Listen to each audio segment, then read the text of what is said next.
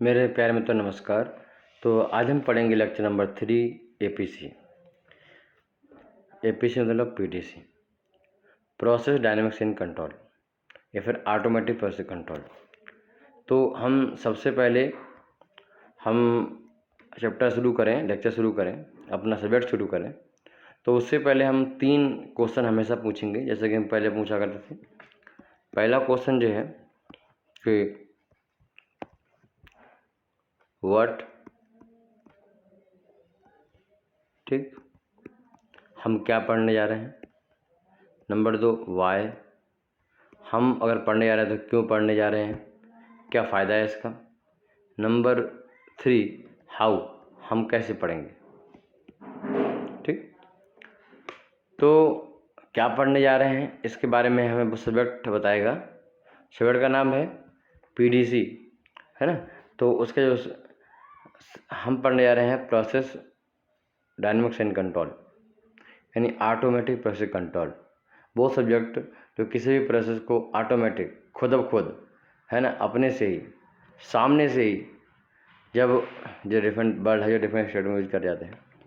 तो मतलब ये है कि अगर हमें किसी प्रोसेस को स्वयं ही कंट्रोल करना है तो हमें उस सब्जेक्ट को पढ़ना पड़ेगा। इसका नाम है पीडीसी। ये सब्जेक्ट है बताता है, इसके बहुत सारे बेनिफिट हैं। ये इस बात का आंसर है वाई, हम इसको क्यों पढ़ते हैं, तो हम बताएंगे इसके बहुत सारे बेनिफिट हैं, इसकी वजह से हम इसको पढ़ते हैं। ठीक। नंबर 3 हाउ, कैसे पढ़ेंगे, तो हम सिलेबस है हमारे पास, हम इसको फॉलो करेंगे। ठीक, सिलेबस डिफाइन कर दिया मैंने, उससे फॉलो करेंगे। सिलेबस बहुत ही ज़्यादा है, इसका बहुत बड़ा सिलेबस है और हम इसको आराम से कवर करेंगे। ठीक है, हमें एक चीज़ को समझते हुए चलेंगे। अगर डिप्लोमा लेवल से हैं और इनिशियल चीज़ें भी आपने समझ ली हैं तो आप पूरा सब्जेक्ट समझ जाओगे। बस आपको थोड़ी देर समझनी है कि एक्चुअली ये और सब्जेक्ट से डिफ़र कैसे है। इस सब्जेक्ट से पढ़ने से पहले आपने हीट ट्रांसफ़र पढ़ लिया होगा, मैं तो उम्मीद करता हूँ। इससे पहले आपने मास ट्रांसफ़र पढ़ लिया होगा, इससे पहले आपने एमईवी पढ़ लिया होगा। तो अब आपको यह समझना बहुत ही आसान हो जाएगा। चलिए, तो पहला क्वेश्चन हम उठाते हैं। वो क्वेश्चन है व्हाट इज एपीसी।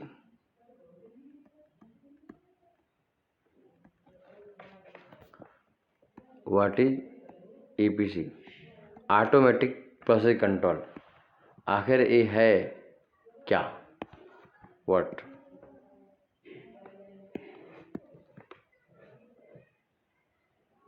तो व्हाट इज एपीसी लिखो, व्हाट इज एपीसी या फिर पीडीसी, दोनों एक ही बात है। इसमें आता है कि ऑटोमेटिक प्रोसेस कंट्रोल। तो सबसे पहले हमें सीखना पड़ेगा कि what is the meaning of process, है ना। प्रोसेस क्या है, प्रोसेस का मतलब होता है सिंपली अ चेंज। प्रोसेस का मतलब होता है चेंज, बट यहाँ पर हम प्रोसेस को थोड़ा सा अलग से आपको मॉडिफाई करके समझाते हैं कि हम यहाँ पर किस प्रोसेस के बारे में बात कर रहे हैं। हम बात कर रहे हैं कि प्रोसेस टेक्नोलॉजी की, मतलब केमिकल टेक्नोलॉजी की, तो वहाँ पर प्रोसेस का मीनिंग अलग है। वहाँ पर किसी रॉ मटेरियल से प्रोडक्ट बनने को हम प्रोसेस कहते हैं, एक प्रकार चेंज है, हम उसको प्रोसेस कहते हैं। ठीक, हम अगर बात करें थर्मोडायनामिक्स में तो वहाँ पर सेट ऑफ प्रॉपर्टी जो होती है वो दूसरी सेट ऑफ प्रॉपर्टी में कन्वर्ट होती है, प्रॉपर्टी चेंज होती हैं। मतलब सिस्टम जो है एक स्टेट से दूसरे स्टेट मतलब set of property, temperature, pressure, volume में कन्वर्ट होता है, इसको प्रोसेस कहते हैं। बट हम यहाँ पर प्रोसेस जो है थोड़ा सा अलग मीनिंग हम बताएंगे आपको क्या है। देखिएगा, हम यहाँ पर एक इक्विपमेंट यूज हम कंज्यूम कर, मतलब अज्यूम करेंगे, एक इक्विपमेंट हम अज्यूम करेंगे। देखिए, एक इक्विपमेंट है, कोई इक्विपमेंट कुछ हो सकता है, एक थर्मामीटर हो सकता है, एक कोई टैंक है, इसमें मुझे पानी भरना है, ये वो हो सकता है। तो फिलहाल हमने एक इक्विपमेंट अज्यूम किया है और यहाँ पर मुझे क्या करना है उसको समझिए। कोई भी इक्विपमेंट है तो हम क्या करेंगे, हम उसमें कुछ हरकत करेंगे, हम उसके साथ कुछ करेंगे, जैसे हम क्या बोलेंगे, हम उसको इनपुट कह सकते हैं, हमने इनपुट दिया उसको, तो उसके अंदर कुछ चेंजेस आएंगे और हम उसको आउटपुट कहेंगे। ये क्या है, एक इक्विपमेंट है। तो अभी हम समझा रहे हैं प्रोसेस, व्हाट इज प्रोसेस। ठीक, तो यहाँ पर हमने देखा कि भाई प्रोसेस है, ये है इनपुट हमने दिया और उस इक्विपमेंट ने मुझे क्या मिला, हमें आउटपुट दिया। प्रोसेस क्या है, लिखो, है डालो, लिखो process. What is the process, process है, लिखो, a set of equipment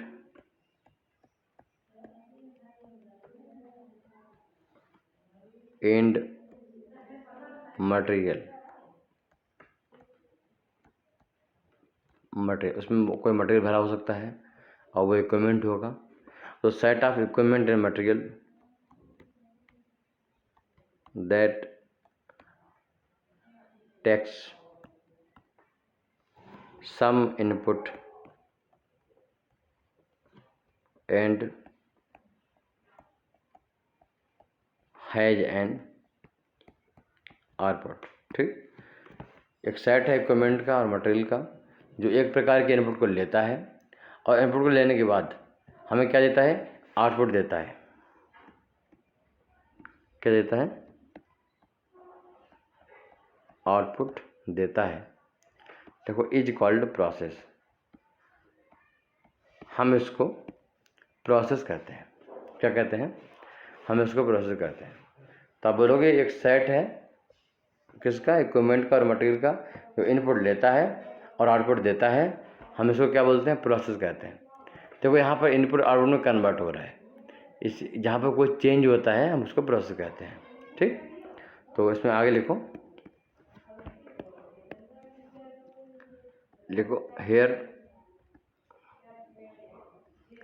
hair output means, तो क्या है, हम आपसे बोलेंगे आउटपुट तो आप क्या समझोगे, जैसे हमने एक रिएक्टर है, उसमें यूरिया डाला और अमोनिया डाला, अमोनिया डाला और CO डाला, तो हमें फाइनली मिलता है प्रोडक्ट, उत्पाद, जिसे हम आउटपुट कहते हैं, यूरिया को। तो वो वाला जो आउटपुट नहीं है, ये दूसरा आउटपुट है। ध्यान रखिए, अगर हम आउटपुट वर्ड यूज कर रहे हैं, इसका मतलब हम अगर पढ़ रहे हैं अपना subject APC, automatic process control, तो वहाँ पर वो आउटपुट बिल्कुल भी नहीं है जिसके बारे में आप बात कर रहे हो। जो जनरल टर्म आउटपुट का मतलब होता है उत्पाद, प्रोडक्ट, जो हम किसी भी मटेरियल से, हम किसी भी इक्विपमेंट से लेते हैं, तो वो यहाँ पर वैसा मीनिंग नहीं है। यहाँ पर उसका मीनिंग है किससे, एक वेरिएबल से। तो लिखो, here output means not related to product, किसी प्रोडक्ट से मतलब नहीं है, कोई वस्तु नहीं है जो हमें आउटपुट में मिलती है, कोई वेरिएबल है, टेम्परेचर, प्रेशर वगैरह वगैरह।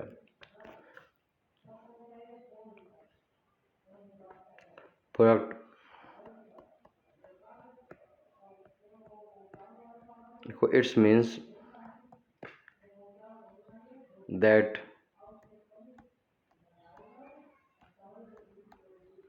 वेरिएबल, हम बोल सकते हैं value,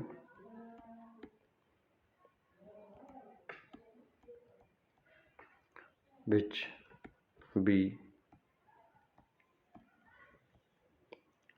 want to obtained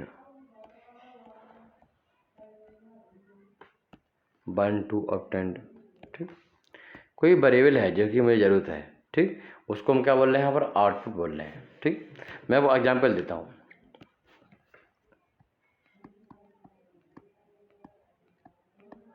example number 1, देखिए, हमारे पास एक थर्मामीटर है। क्या है जी, एक थर्मामीटर है।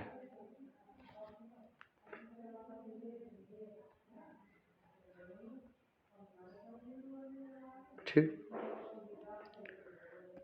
तो इस थर्मामीटर में क्या होगा, मरकरी भरी रहेगी, अंदर कोई लिक्विड है, इक्विपमेंट कौन थर्मामीटर और मटेरियल कौन सा है, अंदर मरकरी है, तो सेट हो गया ना इक्विपमेंट का और मटेरियल का। ठीक, अब क्या हो रहा है, हमें इसमें कुछ इनपुट देना है और फिर हमें जो कुछ आउटपुट देगा। इनपुट क्या हो सकता है, देखो यहाँ पर ये एक स्केल लगी होगी इस तरीके से, इसमें टेम्परेचर लिखा होगा, इसमें 10 डिग्री 20 30 40 50 इस तरीके लिखा हुआ टेम्परेचर।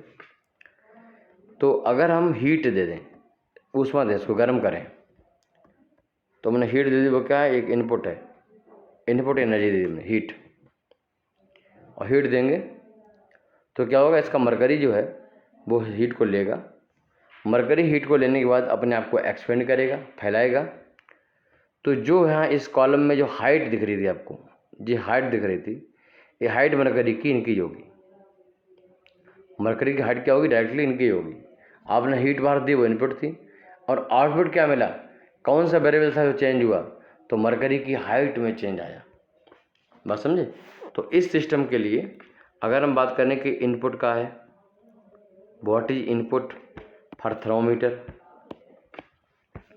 तो आप बोलोगे सर इनपुट जो है हीट है, मैंने इसको दिया है, और हीट का मतलब जो बाहर का टेम्परेचर है, वो जो आप मेजरमेंट करना चाहते हो, आउटर टेम्परेचर, आउटर टेम्परेचर जो है वो उसका इनपुट है।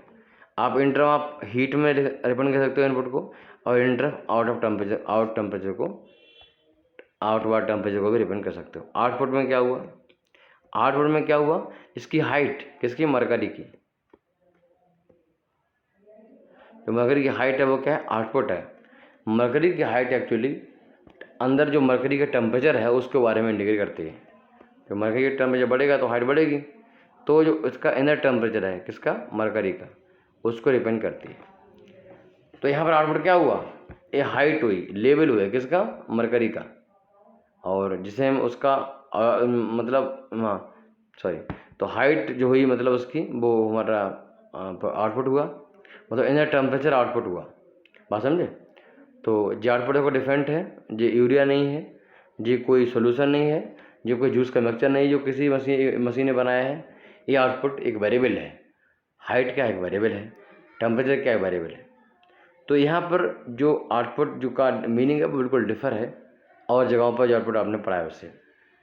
चलिए एग्जाम्पल और हम देते हैं, एग्जाम्पल नंबर 2। तो जो पहला एग्जाम्पल हमने दिया है वो है थर्मामीटर के ऊपर, किसके ऊपर है, थर्मामीटर के ऊपर,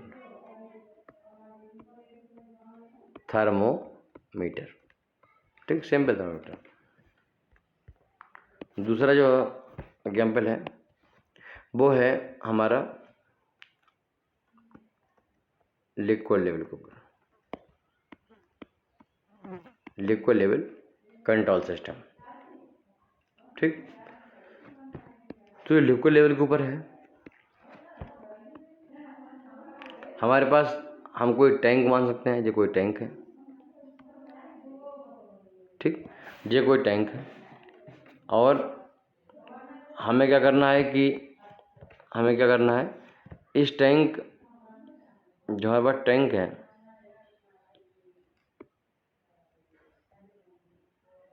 इसमें लगा है गेज, साइड ग्लास लगा हुआ है, गेज मतलब साइड ग्लास,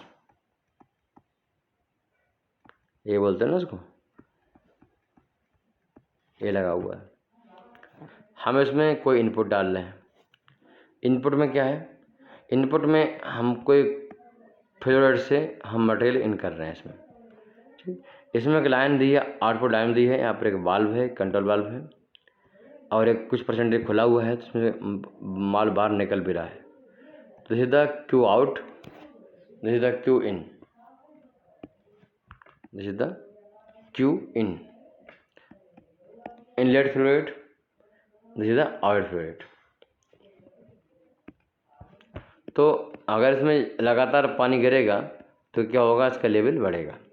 फॉर एग्जाम्पल अगर हम वाल्व को बंद करें, मतलब क्यू को जीरो कर दें, सिर्फ क्यू इन को देखें, क्यू इन क्या है, एक इनपुट वेरिएबल है, इस टैंक के लिए इनपुट है, और जैसे जैसे क्यू इसमें मेंटेन होगा तो इसमें क्या होगा, इसमें लिक्विड का लेवल बढ़ता जाएगा, तो इसमें जो लिक्विड का लेवल है वो बढ़ेगा। अगर हमने इतना समझा इतना, तो हम जो चेंज कर रहे हैं, इनपुट दे रहे हैं इसको, उसकी वजह से आउटपुट मिलेगा और लिक्विड लेवल बढ़ेगा, फॉर एग्जाम्पल। अच्छा, अगर हम एक काम और करें, क्यू इन करें, ओके, और हम थोड़ा बाल यहाँ तक खोल दें, क्यू आउट करें, तो क्यू इन हो रहा है, क्यू आउट हो रहा है। अगर ये दोनों बराबर हैं तब तो जो इसके अंदर जो माल भरा है उतना ही रहेगा और लिक्विड लेवल चेंज नहीं होगा। बट अगर क्यू इन ज़्यादा है, उस कंडीशन में क्या होगा, थोड़ा थोड़ा लेवल इसमें बिल्डअप होने लगेगा और लेवल हमें बढ़ने लगेगा। तो हम कह सकते हैं इस कंडीशन के लिए इनपुट क्या है, तो आप बोलोगे क्यू नॉट जो है वो इसके लिए इनपुट, क्यू इन जो है वो इसके लिए इनपुट है। बात समझे? क्यू इन इनपुट इसलिए अच्छा, क्यू आउट क्या है, मतलब आउटपुट क्या है, तो आउटपुट जो है भैया इसकी हाइट है, किसकी, लिक्विड का लेवल इसमें मेंटेन हो रहा है उसकी हाइट h, ठीक, लिक्विड का लेवल इसमें बिल्डअप हो रहा है,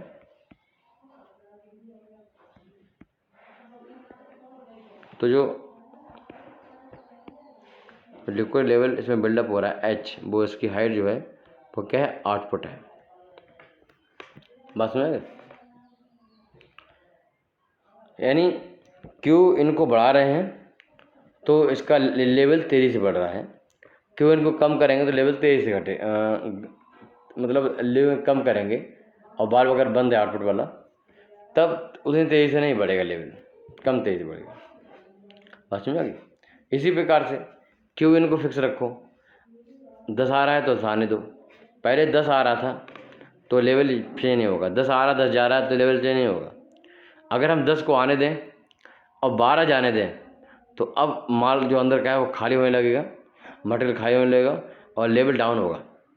इसका मतलब क्यू आउट में हम चेंज कर रहे हैं तो उसकी वजह से भी लेवल में फ़र्क आ रहा है, लेवल चेंज हो रहा है। बात समझ गई? अगर हम क्यू इन को चेंज कर रहे हैं, बढ़ा रहे हैं, घटा रहे हैं, तो उससे भी लेवल में फ़र्क आ रहा है। इसी प्रकार से क्यू आउट को भी चेंज कर रहे हैं तो वहाँ से भी लेवल में फ़र्क आ रहा है। इसका मतलब क्यू नॉट जो है वो भी इस सिस्टम के लिए एक तरीके से इनपुट है। अगर हम बात कर रहे हैं किसी भी टैंक की, तो उसके लिए क्यू नॉट भी एक इनपुट है और क्यू इन भी एक इनपुट है और आउटपुट सिर्फ एक है, अब वो है लिक्विड का लेवल। जितना भरा होगा उसमें यहाँ पर 8.5 में उतना आ जाएगा, ठीक। तो ये कहानी है इसकी। कोई भी यहाँ पर क्या हो रहा है, यहाँ पर जो लिक्विड स्टीम की आउट स्टीम है उसमें लगा एक बाल्ब क्या करता है, बाल्ब हम थोड़ा बंद कर देंगे तो फ्लो कम हो जाएगा। यानी इनपुट, जो इनपुट है क्यू नॉट, उसके लिए कोई रेजिस्टेंस लग रहा है, तो हर एक बाल्ब का अपना एक रेजिस्टेंस होता है जिसको हम आर से डिनोट करते हैं, ठीक। इसको अब याद रखिएगा। तो ये स्टैटिक सिस्टम है तो उसकी हाइट को हम एच एस से रिप्रेजेंट कर सकते हैं।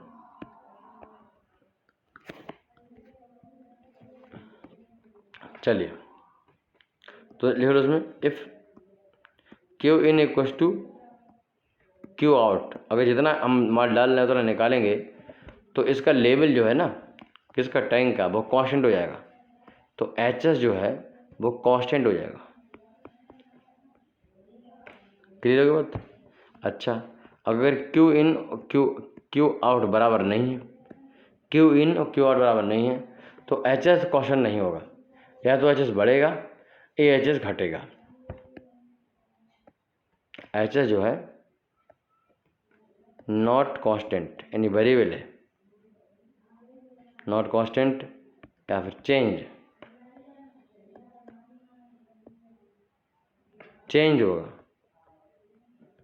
मतलब वो एक वेरिएबल है। बस में अच्छा, कैसे वेरी करेगा ये भी समझो। अगर हम क्यू आई को घटाएं, यहाँ पे लिखो क्यू नॉट को हम कांस्टेंट कर दें, पहले केस में क्यू आई घटाएं और क्यू आई जा रहा उतना जाने दें, मतलब पास 10 जा रहा था और 10 निकल रहा था, क्यू इन हो रहा था 10 और आउट हो रहा 10 था। अब हम इसको 10 ही रखें बट इसको 8 कर दें, घटा दें, तो लेवल अब क्या होगा, अब जो माल है, एक्स्ट्रा माल चाहिए उसको 10 निकलने के लिए, वो पहले भरे हुए लेवल से लेगा, मटेरियल से लेगा, जिससे एक्यूमुलेशन क्या होगा, कम होगा, जिससे फाइनली लेवल कम होगा, अंदर की जो हाइट है वो डाउन होगी। दूसरे केस में अगर हम क्यू इन को कांस्टेंट कर दें, अब क्यू नॉट देखें क्या होगा।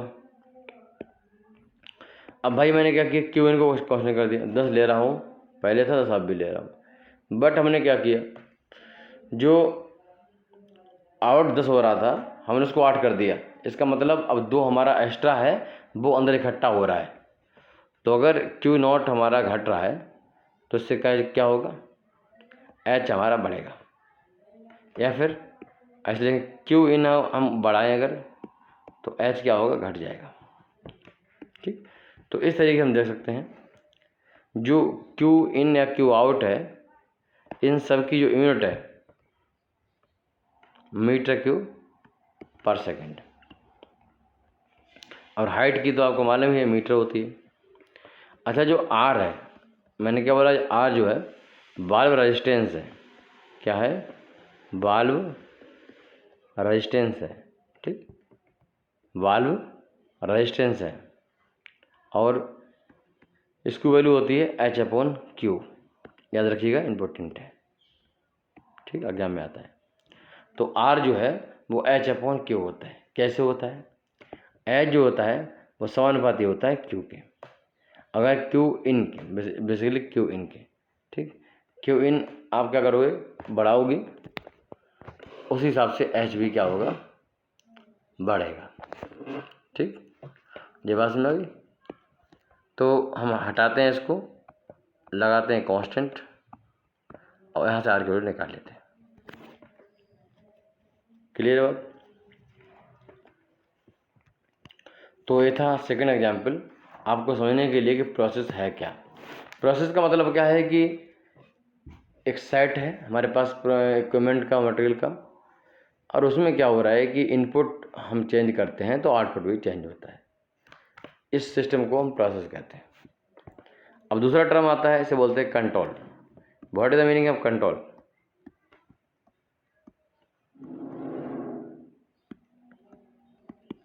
ठीक, कंट्रोल का मतलब क्या है, मान लो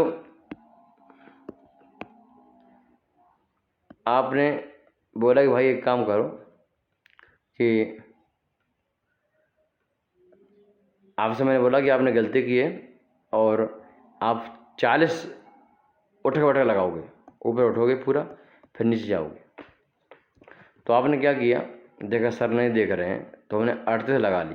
तो मैंने भाई बात सुनो, मैंने क्या बोला आपको 40 करने को, आपने कहा 2 और लगाओ, तब 2 ऐड करवा दी और हो गई 38।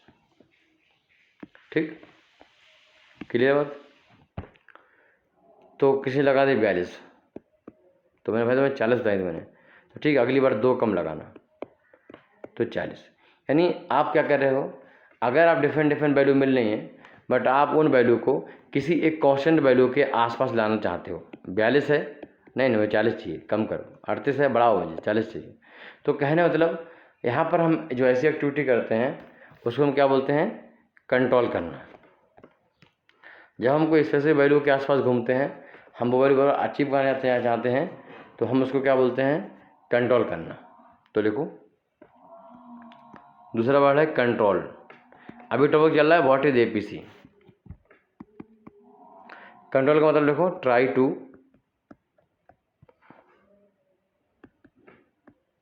कांस्टेंट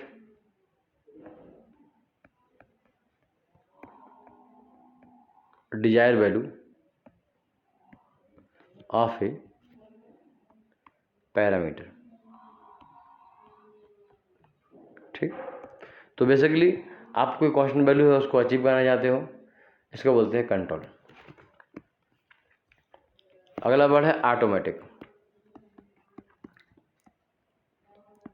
ऑटोमेटिक का मतलब है खुद ब खुद, स्वतः, बिना आदमी की हेल्प से, मतलब खुद ही करो, मशीन खुद कुछ कर रही है, इसको बोलते हैं ऑटोमेटिक।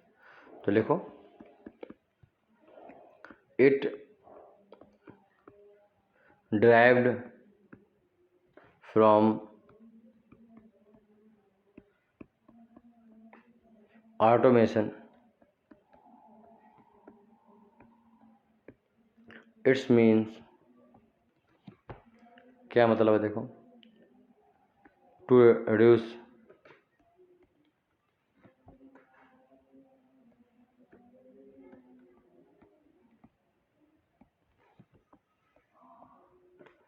ह्यूमन एरर या फिर ह्यूमन एफर्ट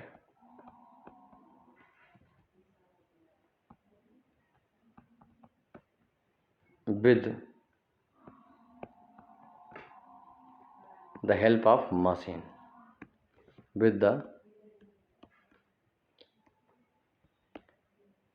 मशीन इक्विपमेंट। ठीक, ऑटोमेशन में हम क्या करते हैं, हम ये चाहते हैं कोई भी काम हो वहाँ पर ह्यूमन पावर, मैन पावर कम से कम लगनी चाहिए, वहाँ पर मशीन पावर ज़्यादा लगनी चाहिए। यानी सारा काम मशीन करे, आदमी उस काम को ना करे, करे तो बहुत कम आदमी उसमें लगे।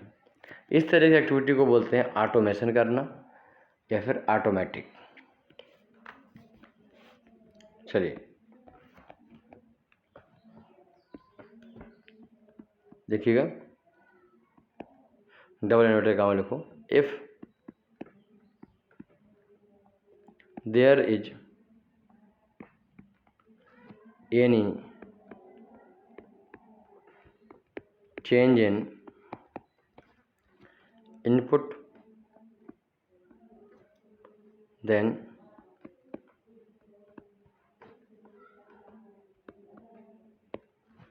there will be a corresponding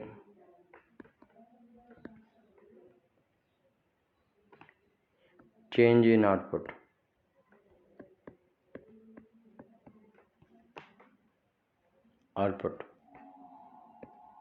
अगर हम कहीं भी इनपुट में चेंज करेंगे तो डेफिनेट आउटपुट में चेंज होगा ही होगा।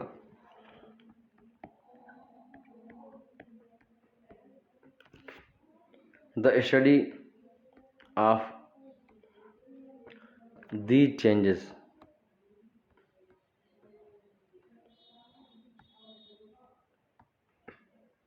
and process output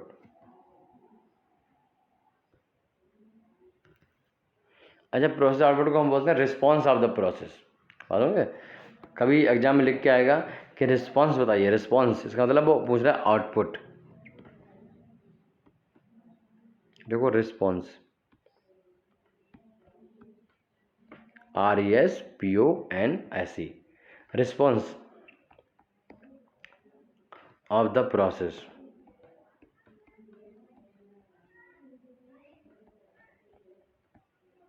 to the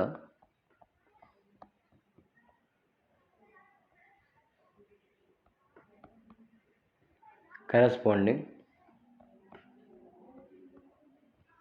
change in input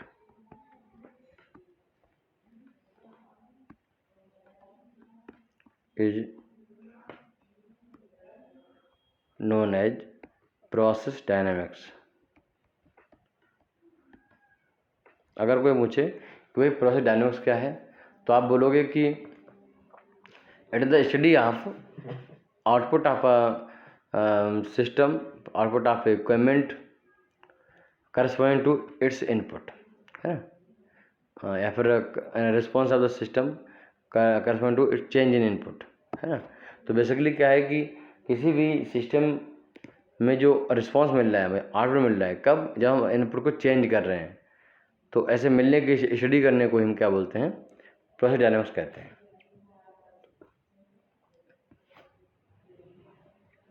meaning simple इतना सा है कि समझो हमारे पास कोई सिस्टम है, पहले इसमें जो वेरिएबल था वो x1 था, इनपुट था, अब x2 हो गया है। तो इन दोनों डिफरेंस कितना हो गया, मान लेता हूँ डेल्टा x हो गया। इनपुट दिया हमने, पहले x1 था तो मिला था प्रोडक्ट, जो आउटपुट है y1 मिल रहा था, और जब आपने x2 कर दिया इनपुट तो मिलेगा y2। इन दोनों का जो डिफरेंस है हमने मान लिया डेल्टा y। तो कितना डेल्टा x करने पर कितना डेल्टा y मिल रहा है, यानी कितना प्रोडक्ट में, आउटपुट में कितना चेंज हो रहा है, इनपुट में इतना चेंज करने से, इसके स्टडी करने को हम क्या बोलते हैं, प्रोसेस डायनेमिक्स। यानी डिफरेंट जो चेंजेस हैं उनकी स्टडी को हम क्या बोलते हैं, प्रोसेस डायनेमिक्स। समझ गए। अगर वो चेंजेस कंटिन्यू होते रहते हैं, मोमेंट में हैं, लगातार हो रहे हैं, तो उनकी स्टडी को बोलते हैं process dynamics.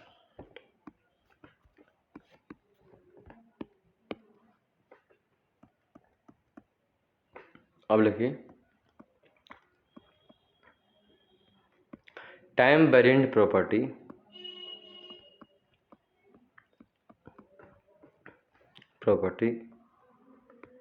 Of process is called process dynamics. ठीक, मतलब वो प्रॉपर्टी जो कि टाइम के साथ चेंज होती हैं, जैसे मैंने एक्स वाई बोला, तो यहाँ पर उन प्रॉपर्टी, टाइम वेरिएंट प्रॉपर्टी जो है, प्रॉपर्टी हैं किसी प्रोसेस की, उनकी स्टडी को हम क्या बोलते हैं, प्रोसेस डायनेमिक्स बोलते हैं।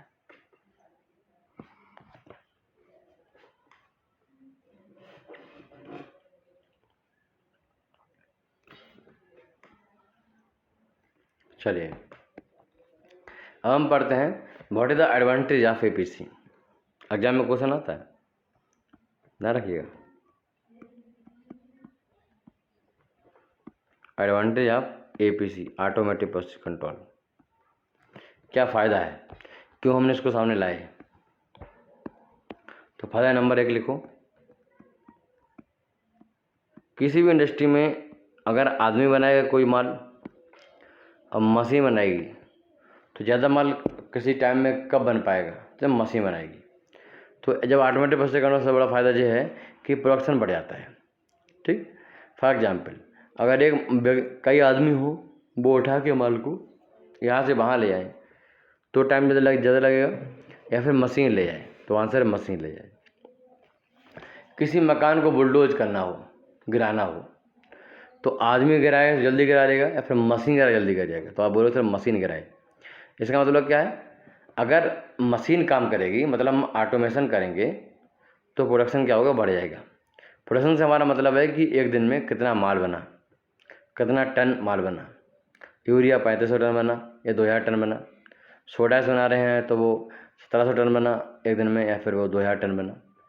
इसको बोलते हैं प्रोडक्शन। इंडस्ट्री में प्रोडक्शन पर शिफ्ट वाइज डिसाइड किया जाता है और जोड़ के फिर एक दिन में कितना बना है वो बताया जाता है। शिफ्ट का मतलब 8 घंटे में, तो प्रोडक्शन बढ़ जाता है। नंबर 2 लिखो, इकोनॉमी ऑफ इंडस्ट्रीज। किसी भी इंडस्ट्री की इकोनॉमी बहुत अच्छी हो जाती है जब हम उसमें ऑटोमेशन हम डाल देते हैं। इंडिया में जितने सोडा ऐश के प्लांट हैं, उनमें द्वारका गुजरात में एक प्लांट है आरएसएल ग्रुप का। ठीक, उसमें सो का नाम से सोडा आता है उसका, जो अपने प्रोडक्ट घड़ी पाउडर बनाने के लिए यूज़ करता है। साथ में इंडिया की और टॉप इंडस्ट्रीज हैं, वो वहाँ से सोडा ऐश खरीदती हैं। वो प्लांट एशिया का सबसे ज़्यादा हाईएस्ट ऑटोमेटिक प्लांट है। ठीक, तो जब प्लांट ऑटोमेटिक होता है तो सबसे बड़ा फायदा यह है कि जब प्रोडक्ट बनता है, प्रोडक्ट मान 1 टन बनने में कितनी कॉस्ट आई, उसको बोलते हैं इकोनॉमी ऑफ इंडस्ट्री। तो वो इकोनॉमी डाउन हो जाती है। ठीक, बात समझ में आ गई। बहुत सारी दिक्कतें हैं, ज़्यादा आदमी काम करेगा तो उससे एक्सीडेंट होंगे, तो एक्सीडेंट भी क्या होते हैं, कम हो जाते हैं जब ऑटोमेटिक चीज़ें आ जाती हैं। तो नंबर 3, प्रोडक्टिविटी बढ़ जाती है।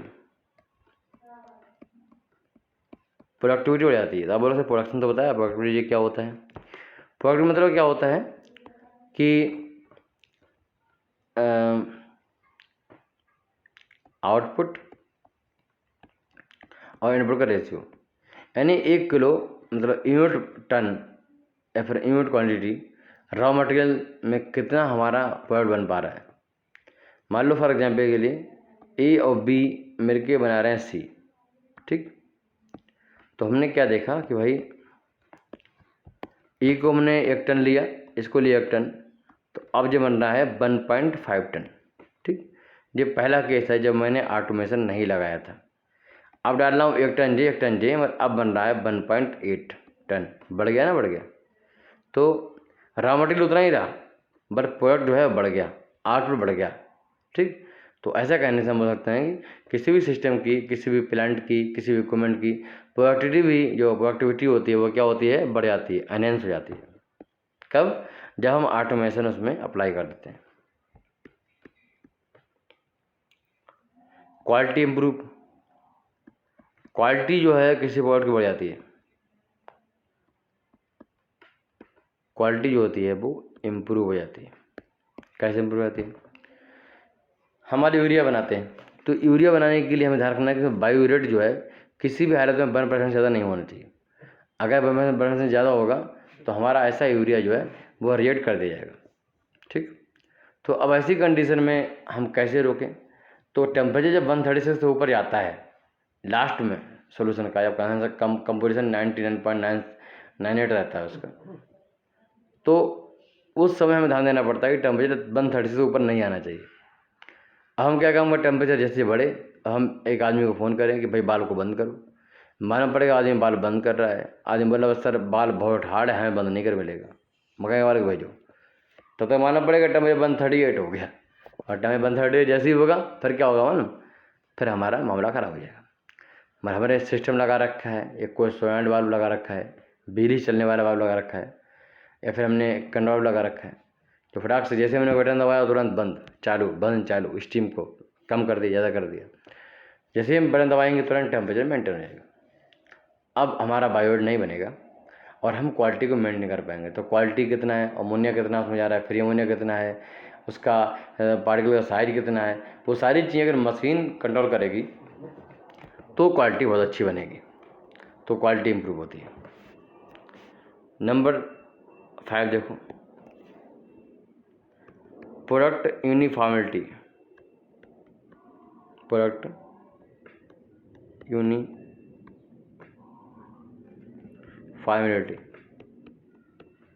यानी उत्पाद की समरूपता। सारे प्रोडक्ट यूरिया बना रहे हैं तो सारे all of Grylls of urea सबका साइज़ सेम होना चाहिए। ठीक, मालूम पड़े एक तो साइज़ बड़ा है, एक का बहुत छोटा है, पाउडर फार्म में है, फाइन्स हैं, तो मामला ख़राब हो जाएगा। उसको दोबारा हम पिघलाएंगे, पानी में डिसॉल्व करेंगे, फिर दोबारा उसको हम प्रोसेस में लाएंगे तो खर्चा बढ़ जाएगा। तो बेसिकली ऑटोमेटिक प्रोसेस कंट्रोल से जो प्रोडक्ट यूनिफॉर्मिलिटी वो भी काफ़ी बढ़ जाती है। नंबर 6, जो हमारे माल का रॉ मटेरियल का प्रोडक्ट का जो वेस्टेज होता है, या किसी भी एसेसरीज मटेरियल का, स्टीम का, इन सब का वेस्टेज होता है, वो भी वेस्टेज क्या होता है, कम हो जाता है।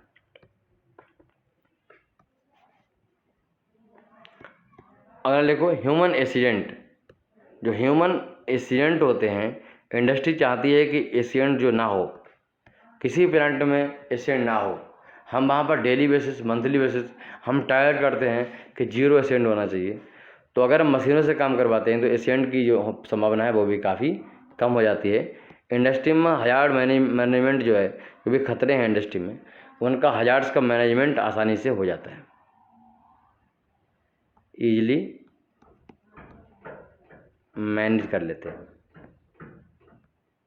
ठीक, 8 नंबर देखो, हम ऑटोमेशन करते हैं तो हम एनर्जी को सेव कर लेते हैं। एनर्जी से मतलब है पावर से, एनर्जी से मतलब हमारा है स्टीम से। ठीक, और स्पेशली टाइम, इन सब का मैनेजमेंट कर लेते हैं, इन सबको हम कम करते हैं, मतलब बचा लेते हैं।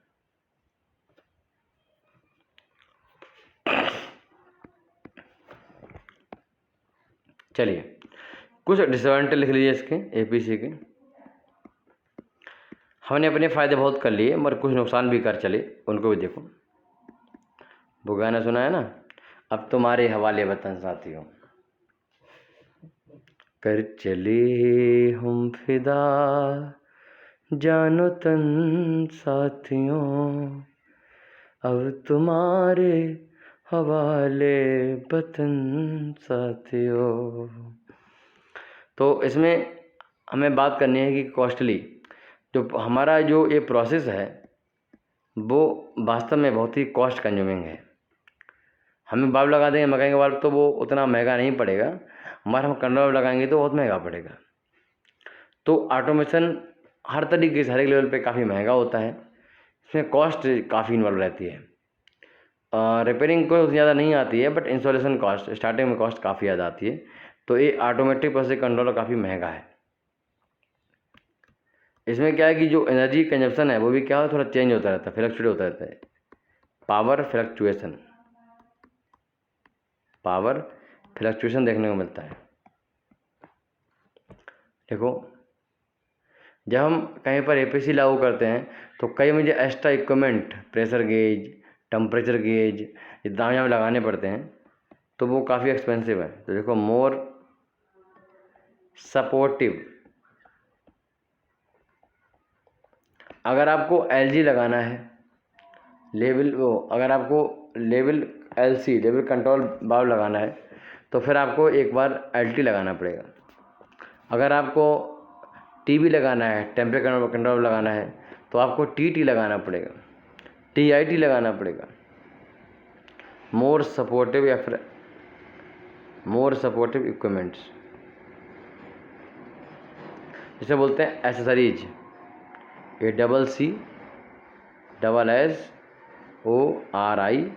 ASSORIES। तो मोर एसेसरीज की रिक्वायरमेंट हमें होती है। 4 नंबर लिखो,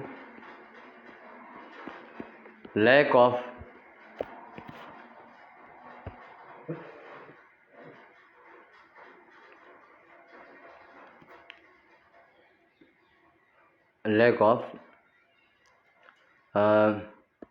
स्किलफुल